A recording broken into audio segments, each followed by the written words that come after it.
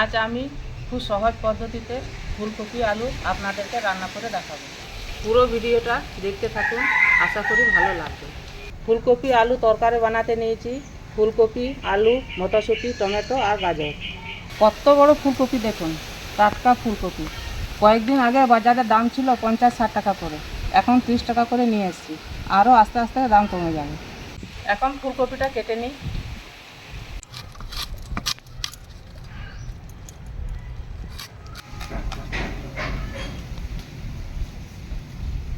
শীতের সময় সব সবজি টাটকা। এইভাবে ফুলকপি ছোট ছোট করে কেটে নেব।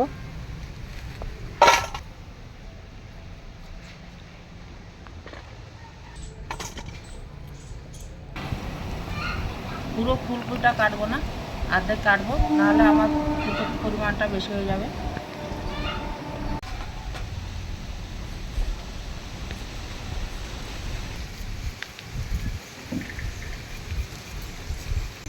আলু দেখুন এইভাবে কেটে নেব। গাজরগুলো দেখুন এইভাবে কেটে নিয়েছি।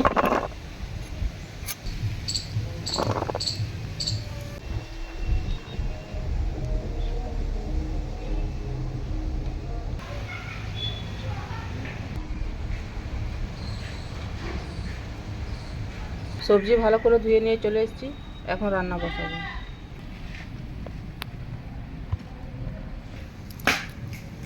কড়াইয়ে সর্ষের তেল দিয়ে দিচ্ছি।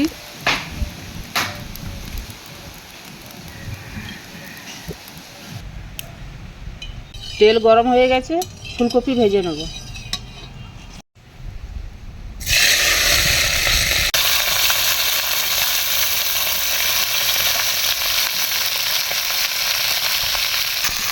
ফুলকপি ভাজতে কিন্তু সর্ষের তেল বেশি লাগে।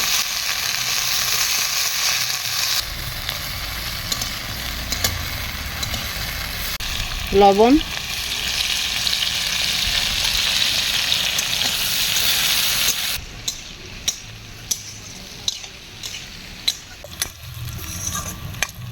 ফুলকপি ভাজা হয়ে গেছে, তুলে নেব।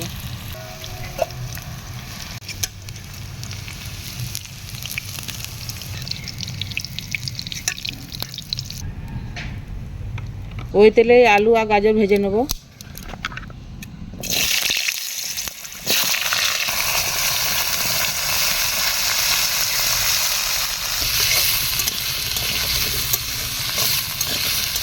লবণ,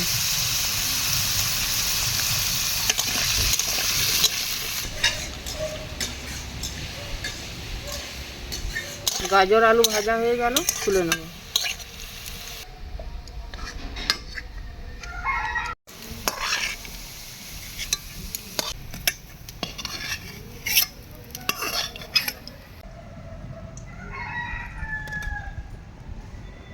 ফোড়নে দেবো 5 ফোড়ন আর শুকনো লঙ্কা, গ্রেট করা রাখা পেঁয়াজ,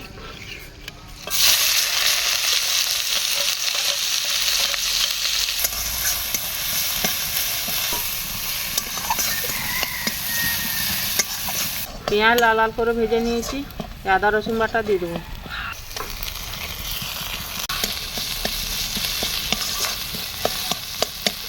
আদা রসুন বাটা দিয়ে ভালো করে ভেজে নিয়েছি। এখন টমেটো কুচি আর কাঁচা লঙ্কা দিয়ে দেবো।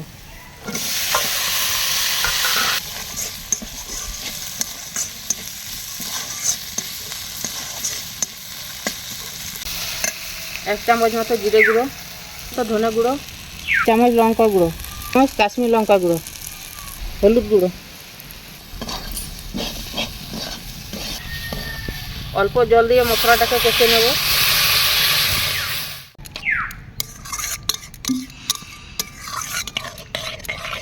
ফুলকপি আলুতে লবণ দেওয়া আছে ভাজার সময়, সেই পরিমাণে লবণটা দেবো।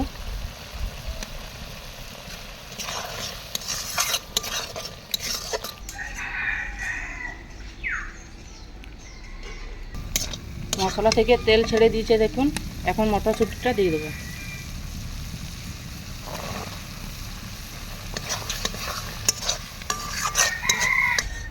মটরশুঁটিটা কিছুক্ষণ রান্না করে নেব।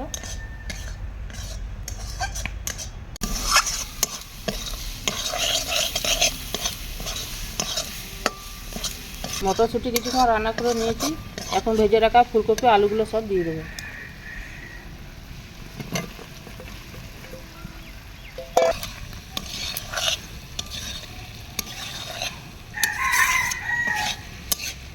মশলার সাথে ফুলকপি আলু ভালো করে কষে নিয়েছি, এখন অল্প জল দিয়ে দেবো।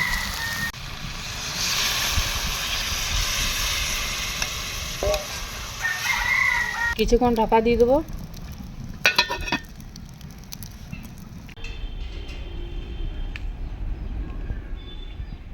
ঢাকনা খুলে দেখি,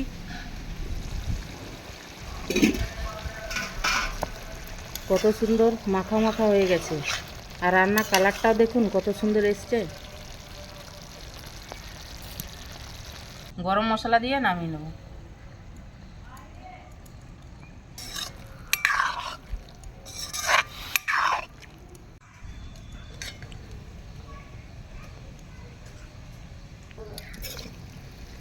এই তরকারি রুটি দিয়েও খেতে পারবেন, ভাত দিয়েও খেতে পারবেন।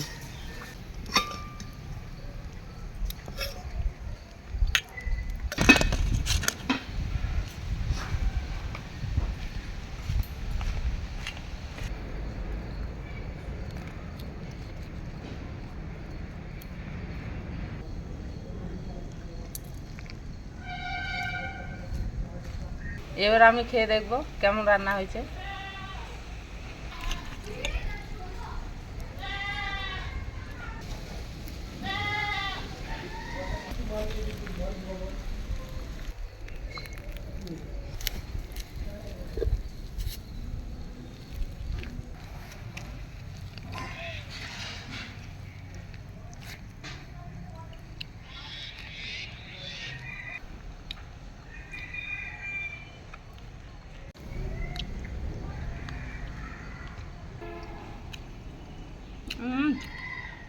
দারুণ টেস্ট হয়েছে রান্না।